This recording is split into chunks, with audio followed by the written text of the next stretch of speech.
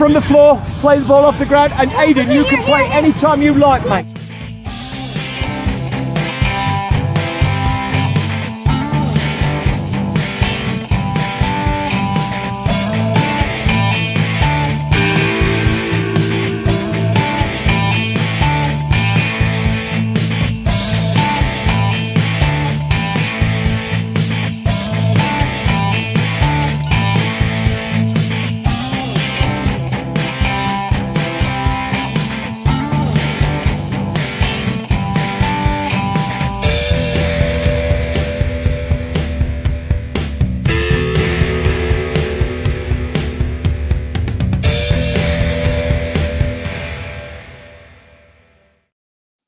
There's nothing like hitting the ground running. And we're going to do that today with the United Premier Soccer League. We've got Jan coming in and we've got Christian coming in, hopefully. So no sound check, no audio, straight in, right on the pitch, straight from the dugout. I'm going to invite you to all speak here, have a chat here with Jan, who I think we have got. Jan, wheels in motion. Jan, how are you, brother? I'm doing well, Rich. Thanks for having me.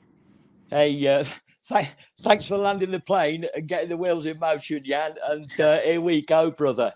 Hey, hopefully Christian will join us later. Christian is Vallejos, is the vice president of the United Premier Soccer League. But the big cheese, Monsieur Camembert himself, the founder, the commissioner, the man with the engine, the wheels in motion, all the good stuff. Jan, thank you, brother. Can you just jump straight in and tell us a little bit just how United Premier Soccer League started, mate? Yeah, well, I always give credit where it's due. In 2011, Lionel Lopez, the original founder of the UPSL out of Orange County, California, started this fledgling league based out of Santa Ana with about 6 teams. And in 2013, I connected with Lionel, and he was looking for a partner, a running mate, someone who could help him grow the league. We worked out our arrangements. We became partners, essentially, in many ways, co-founders, and we, look to consolidate basically a very fragmented men's adult amateur market in Southern California.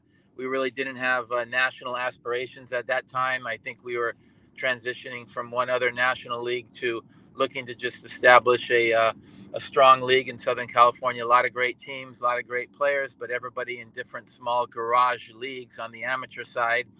And, that idea basically morphed into a Southern California league that grew over about a three-year window from 6 to 10 teams to about 30 to 40 teams. We took that cookie cutter model from Southern California and cookie cuttered it in other markets: Arizona, Northern California, Nevada, Colorado, and over a 5-year window, we took the league national, and here we are basically from 2013 to 2023. We're at pushing 400 plus teams with 32 divisions and the largest pro development semi-pro league in the United States. That's phenomenal. So you've got a decade of on the ground running, building 400 teams and rising. Jan, why did you do it, mate? I think the passion for the game is certainly there. We wanted to play a role in building the game in America, and certainly from our viewpoint, there were a couple of issues. One is most of the other amateur or semi-pro leagues, lower tier leagues, were only spring, summer.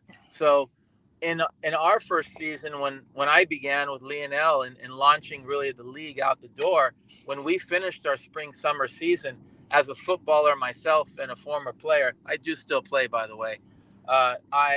Good for you. I said, why would we want to stop after our spring, summer season? So we continued and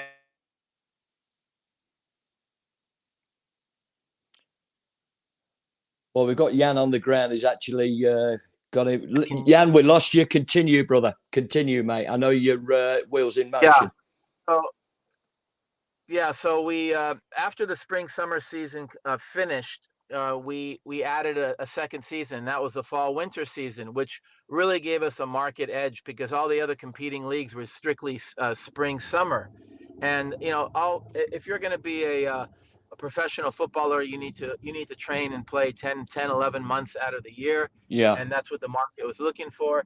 In fact, many of the other clubs that were participating in the other competing leagues would come over into our league for the fall season, and so that coupled with we also saw we had a concern over price points with other leagues. Quite a bit of funding was required just to participate in a spring summer season, and so I like to compare us to Lyft and Uber. We came up with yeah, a very sensible and rational price point for teams to enter the league. And so between hitting the right price points and having a year-round calendar, that was the mission of the league to supply the market with something that's affordable, good quality football sure. year-round, and here we are. I say recently, a few years back. You can give me the exact dates. I'll let you do that. You've gone from obviously adult soccer, men's predominantly, maybe dropping down into maybe the high school age groups for them to, play. I wouldn't say up, Jan, but play, Yeah. boys and men together. And you've expanded the women's side as well has come into play, Jan. Right? Yeah, so I'll touch on both those items. I think that Sure. over the years, what I've really enjoyed watching and observing is the age categories kind of moving down. So when we first started, I think our average age was 23 or 24, and I think we have a lower age average today, and that's because younger players are playing in our league, and that's what we want. We want younger players playing in an open age category so they can become stronger, faster, fitter, tougher, all the above. And you're only going to get that by playing against older players and Right. more experienced players. So we have high school players playing in Division One. Many of our markets, we've got enough clubs to have two separate divisions, a Premier Division and a Division One. So we start off many clubs at the Division One level until so they can prove themselves, and if they prove themselves, they get promoted into the Premier Division, and that's where your high school players, your 17, your 18, your 19-year-old players are playing, um, and that's worked out well because these players, bottom line, are developing and becoming better players, which is what we want to continue to funnel up quality Sure. players, to ultimately to support our national team program. Um, on the women's side, it's taken some time. We've piloted a few women's conferences across the U.S. and they've done very well. And we will continue to just I would say um, emulate what we've done on the men's side. On the women's side, keep the price points at an effective level, and play year round, because women, just like men, want to play football year round, and we think there's a market for that. So we're excited about our launch on the women's side, and also we've launched pilot academy division, so we have a full pathway to the semi-pro level. U17, U15, U13 on the academy side on both boys and girls.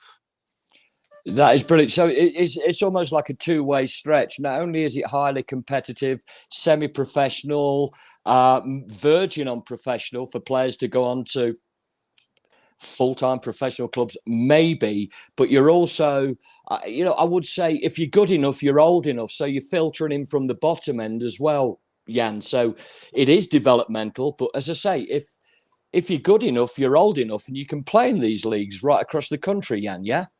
Yeah. It's we really don't want to.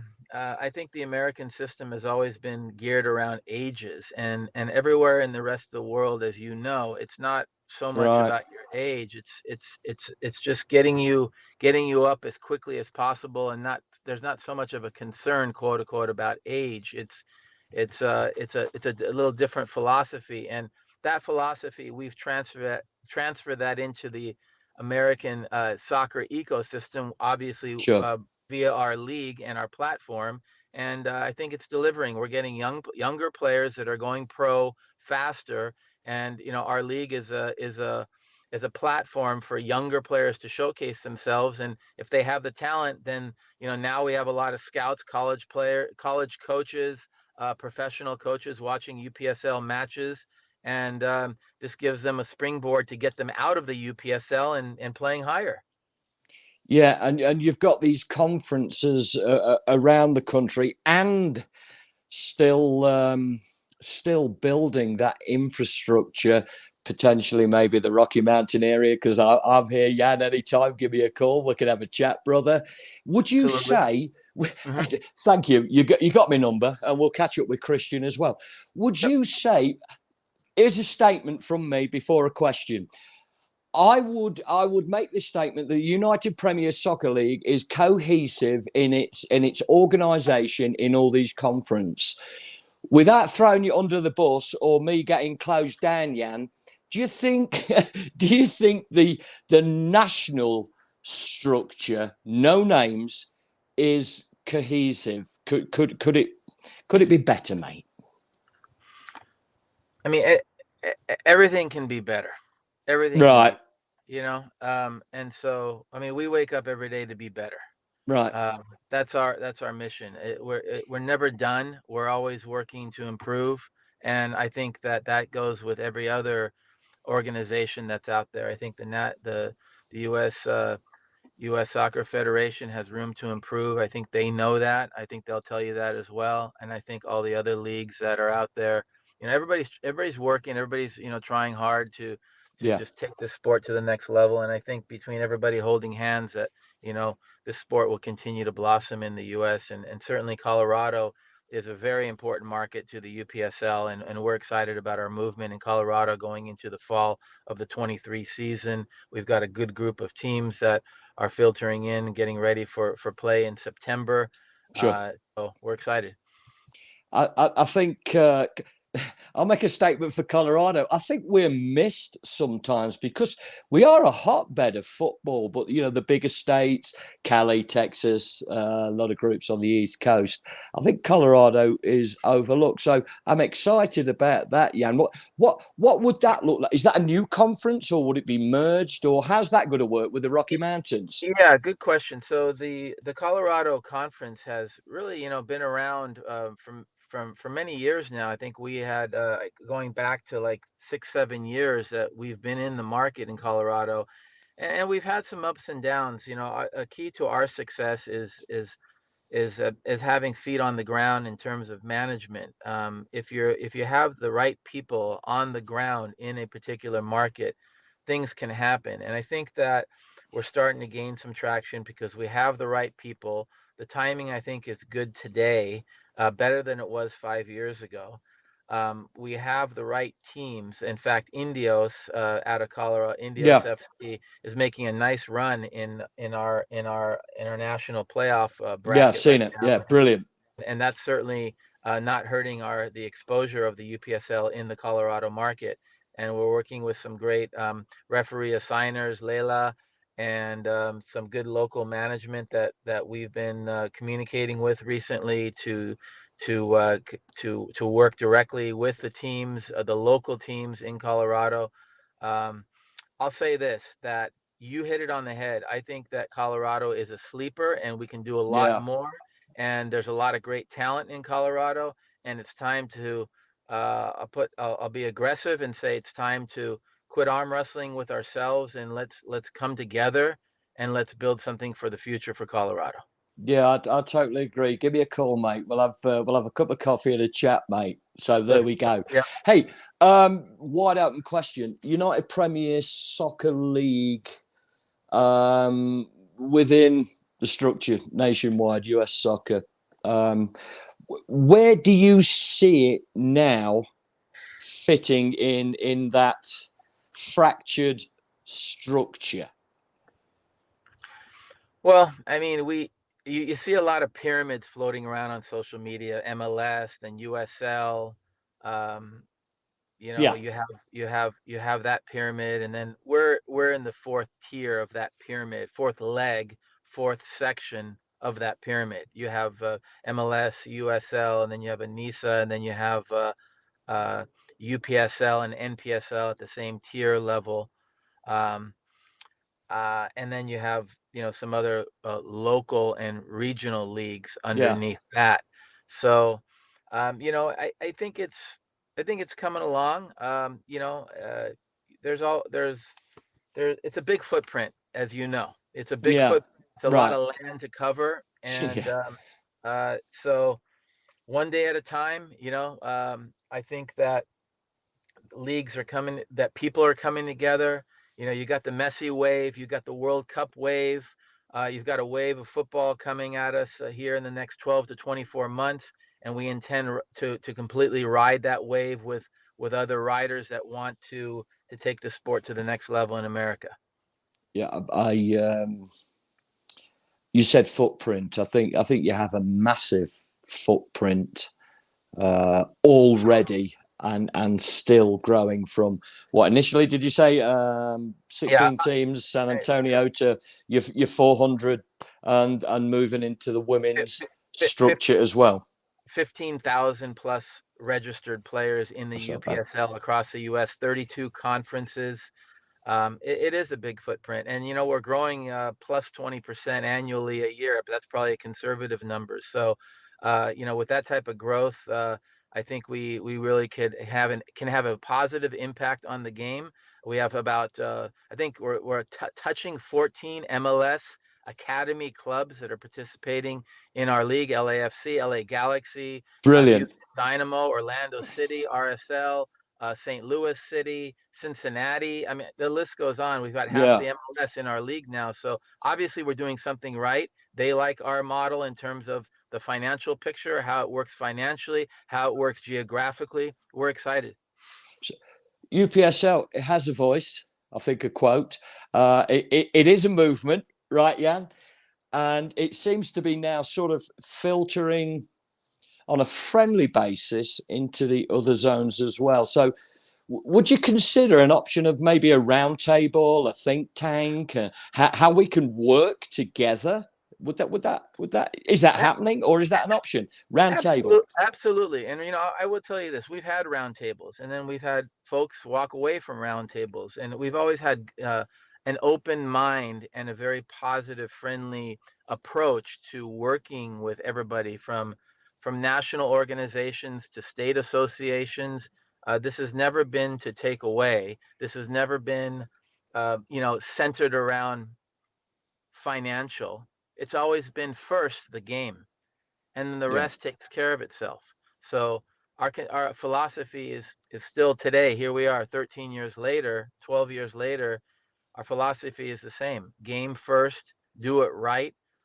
Model it around the FIFA global system, and work with the American elements, and make something positive out of it. Deliver players, deliver good football every weekend. League sure. matches are what kids need to be playing. Young men, young women need to be playing league matches every weekend. I will say this: I'm not a big fan of tournament play, and a lot of youth football is based around tournament play, where I think that league play is what the young what the young player needs to be focusing on. That's what we're delivering today: is two separate seasons, which keeps them busy playing league matches, playoff matches, and championship games.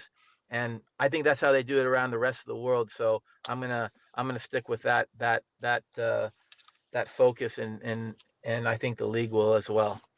I think the word tournament is quite a dangerous scenario for, let's just take the youth, for example, Jan, to go and play 3 or 4 games over 2 or 3, maybe 4 days.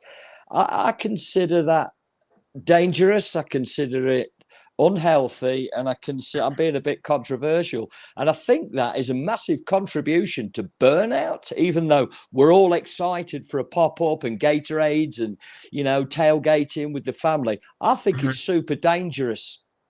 Yeah. Well, you know what? What you're saying is really, it's been the system. in America for the last 50 years. It's youth soccer has been centered around tournament play. Do you know that the average here in Southern California, which is the hotbed for youth soccer in America, one of the top, okay, let's just say it's one of the top 1-2. We're in one and two. Yep. That really a league season here is 3 months. Now, how do you develop players if a league Right. season is only 3 months and the rest is quote unquote, like you just said, tournament play, getting in a van, flying somewhere, playing 3 games Saturday, playing 3 games on Sunday? Sure, once in a while, there's nothing wrong with that. But Bit of fun. Yeah. we think that we need to straighten the wheel out a little bit, get back to the basics here: league play, playoffs, and championships. Consistent training every week, 2-3 times a week for the young ones. 3 times a week, 4 times a week, play the game, do it all over again, repetition, develop players. I'm going to throw 2 words out for you. I could go on for days about this subject matter. I think people need to be rewarded for success. I think that's global. And not punished, Jan, but accountable for, hey, it's been a bad week at the office. It's been a bad season in the league. Mm-hmm. 2 words: promotion, relegation. Mm-hmm. What are your takes on that? Because it's a can of worms, mate. Yeah. Well, look, you saw the news. USL is discussing that with their ownership group. Hats off to them. They're trying to make something happen. MLS is a different situation. Thank you, MLS, for what MLS has done for the game. Brilliant. To move forward. On our side, we have promotion relegation. I know. Within our system, under our umbrella. And what's nice is that when we have teams, example here in Southern California, when we have a new club coming in, you can't just jump into Premier. You've got to come into Division I, prove yourself. And what I'm seeing now over the last, let's say, 5-6 years unfold is these teams are really fighting to get promoted up, and there is celebration when that promotion happens. And I'm not talking to somebody who doesn't understand that model and that I get it. Yeah. So we're starting to develop that blood, right, that passion for the promotion and relegation process, to be in it, and we need to be in it. And I've said it for a long time. If you don't have promotion relegation, investment is not going to come into the clubs. The clubs need investment. And if there's no upside for an investor and shareholders and sponsors, then their investment is going to be limited. So by continuing to push promotion, relegation, and developing it on a national level, which we will continue to do as our markets grow. We do not have Division I in all markets. We have Premier in 32 conferences across the U.S. Let's say a quarter of those have a Division I tier. We need to continue to build that footprint out so that it's a national situation where we have 2 divisions across the U.S.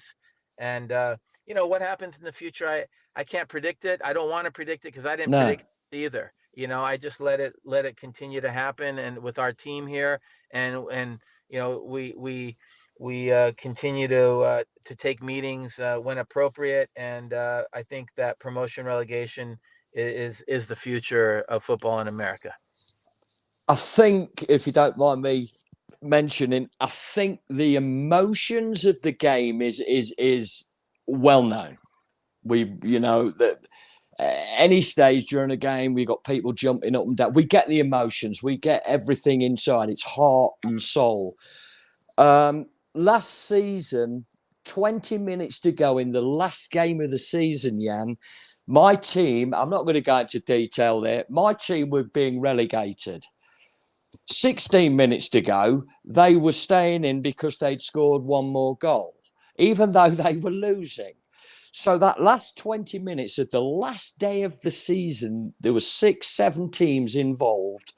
And I think, personally, I can't explain those emotions to people that haven't been through it on the last day of the season. Stadiums were packed for the bottom clubs with the communities coming in. Do you think we miss that emotion of not failure, but just like hope of that we don't get Of course, relegated? of course. I mean, it's every time we see it on the airwaves overseas, we all the entire football community in the United States, t- takes a step back and says, one day we hope, one day, this can happen. This is what we need. This is the change that needs to really happen, which will have a significant impact on the game. And I'm not too concerned about when and if. Um, I think that the clock will tick and we'll get there. I think that it's in everybody's mind today. I think soccer has grown in the U.S. And there are enough fans that are educated on the power and the impact of promotion and relegation. I like to see action, take action, and deliver versus continuing to talk about something that Yeah. maybe will take another 5-10 years. But I will tell you this: that the UPSL is doing everything in its power to have an impact on the game as it relates to promotion relegation, be a part of that movement and that process. I think by changing anything, call it what you will, the game, the culture, on the field, off the field, will come to conversations, maybe. But with the United Premier Soccer League, you're doing what you do with positive effects for all the right reasons. It is a movement. It's, and I'll quote again, it's an incubator for teams, players, coaches, and investors to find out and maybe have an input on what they really want. Jan, I'm going to cut this because you're on wheels, mate. You're in motion. You've got to go. Get home safely. Say hello to the family. We will catch up again soon. I can't let you go without saying thank you, thank you, thank you. And I'm going to hit you with a quick fire 5 questions and we'll catch up soon, brother. So, first question is coming. What team do you support? Manchester United has been a favorite for many years. We'll talk again soon, mate. Maybe I can. What's your favourite food, Jan? Favorite food. I'm gonna go with Mexican food. I'm in Southern California. I'm in, mate. I'm in. I'll bring the shandy. Favorite player of all time, past, present, whatever reason. Favorite player ever.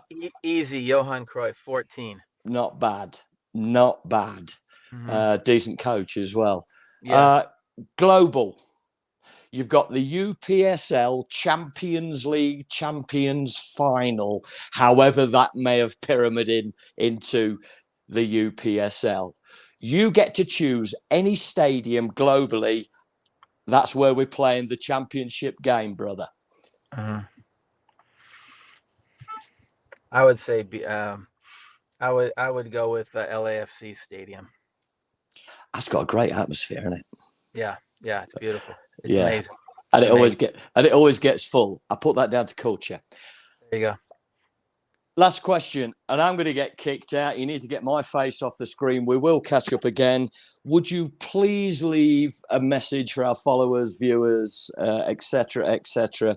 One final message. Jan, once again, brother, thank you, thank you, thank you. I'll catch you later.